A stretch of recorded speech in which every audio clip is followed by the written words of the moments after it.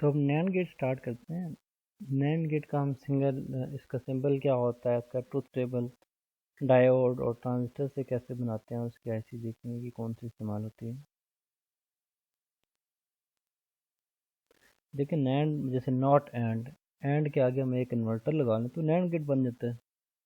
ये हमारा एंड था, ए इंटू बी है ना, ए और बी को मल्टीप्लाई हो रहे थे, उसी का आगे इन्वर्ट ले लें, यानी कि उसी के आगे इन्वर्टर लगा लें तो हमारा एंड गेट से हमारा नैंड गेट में कन्वर्ट हो जाता है। ये चीज़ आगे लगाना, तो नैंड गेट का जो सिंबल होता है इसके आगे एक बबल लगा देते हैं। वही सिंबल एंड वाली है लेकिन आगे एक एक्स्ट्रा बबल लगा हुआ है जो इन्वर्टर को शो कर रहा है।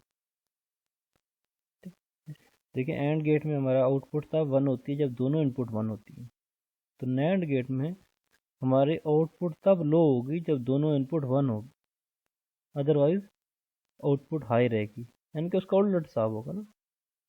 जब दोनों इनपुट 0 होगी तो आउटपुट 1 होगी, जब कोई एक इनपुट 1 होगी तो भी आउटपुट 1 होगी, कोई दोनों में से कोई भी एक इनपुट 1 हो जाए तो आउटपुट 1 ही रहेगी।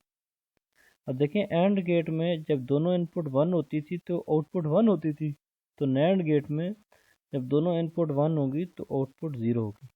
देखिए एंड में यहाँ 0 0 0 1 आता था, तो नैंड में उसके आगे एक इन्वर्टर लगा हुआ है तो 1 को उसने 0 में कन्वर्ट कर दिया, 1 1 1, जैसे 0 को 1 1 में कन्वर्ट कर दिया और 1 को 0 में। इसको हम ट्रांजिस्टर से भी बना सकते हैं। देखिए एंड गेट वाला ट्रांजिस्टर सर्किट लगाएं और उसके आगे एक नॉट गेट वाला ट्रांजिस्टर वाला सर्किट लगा दें। इसी तरह इसको डायोड से भी बना सकते हैं।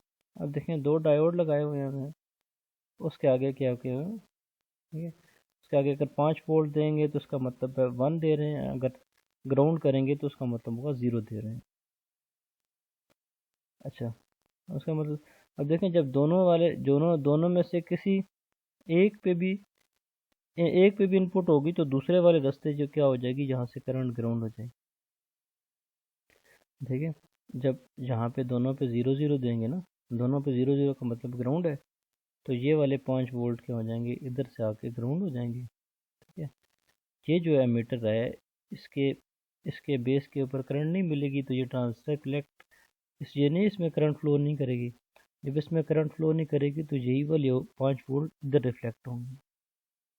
ठीक है, दोनों में से किसी एक पे या ए पे 1 दे दें, बी पे 0 दे दें, तो देखें ए पे 1 दे दिया, बी पे 0 दे दिया, तो बी पे 0 का मतलब ग्राउंड है।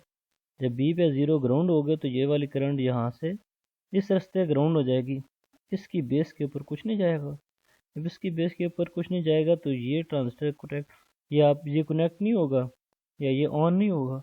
जब ये ऑन नहीं होगा तो ये वाले 5 वोल्ट यहाँ आउटपुट पे रिफ्लेक्ट होंगे, क्योंकि देखिए इस रजिस्टर में से फ्लो ऑफ करंट 0 होगा। जब इस रजिस्टर में फ्लो ऑफ करंट 0 होगा तो इसमें ड्रॉप क्या होगा, 0 हो जाएगा, तो ये वाले 5 वोल्ट यही आउटपुट पे रिफ्लेक्ट होंगे। चाहे इन दोनों में से कोई एक डायोड भी ग्राउंड होगा तो यही हिसाब होगा, सारी करंट इधर से इधर ग्राउंड हो जाएगी, इस ट्रांजिस्टर को कुछ नहीं मिलेगा। जब इसका ट्रांजिस्टर को कुछ नहीं मिलेगा तो as an open circuit act करेगा।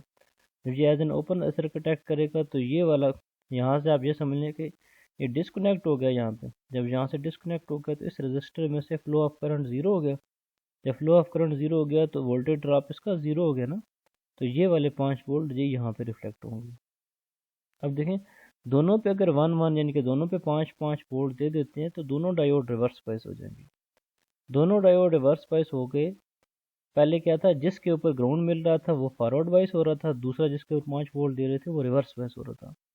अब जब दोनों रिवर्स बायस हो गए, दोनों रिवर्स बायस हो गए तो ये क्या हो जाएगा, ये इसमें से करंट का कुछ हिस्सा यहाँ से फ्लो होकर इस ट्रांजिस्टर को कनेक्ट करवाएगा, इसको कनेक्ट करवाएगा तो ये transistor as a short circuit act करेगा।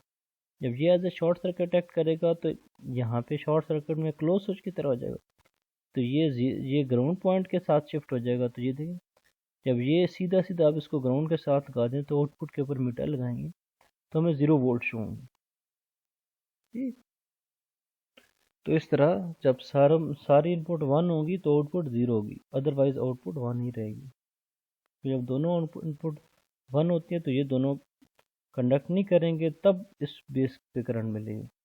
अदरवाइज दोनों में से जब कोई एक भी कनेक्ट करेगा तो इसकी बेस पे करंट नहीं मिलेगी, तो यहाँ आउटपुट हमें 1 आ जाए।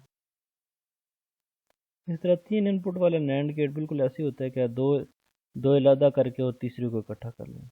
इसमें देखिए 3 इनपुट वाले एंड गेट में कब आपको आउटपुट 1 मिलती थी, जब तीनों की तीनों इनपुट 1 हो तो आउटपुट 1 होती है। ऐसी है ना, एंड गेट में जब सारी इनपुट्स 1 होती हैं तो आउटपुट 1 होती है। नैंड गेट में जब सारी इनपुट्स 1 होती हैं तो आउटपुट 0 होती है, अदरवाइज आउटपुट क्या होती है, 1 होती है। इसके लिए हम आईसी इस्तेमाल करते हैं 7400, ठीक है। इस आईसी में 7 पे ग्राउंड दिया जाता है, 14 पे वीसीसी दिया जाता है, और इस तरतीब से ना इसमें नैंड गेट बने होते हैं, जिसमें से चारों में से किसी एक को भी इस्तेमाल कर सकते हैं, या जितने चाहिए उतने इस्तेमाल कर सकते हैं।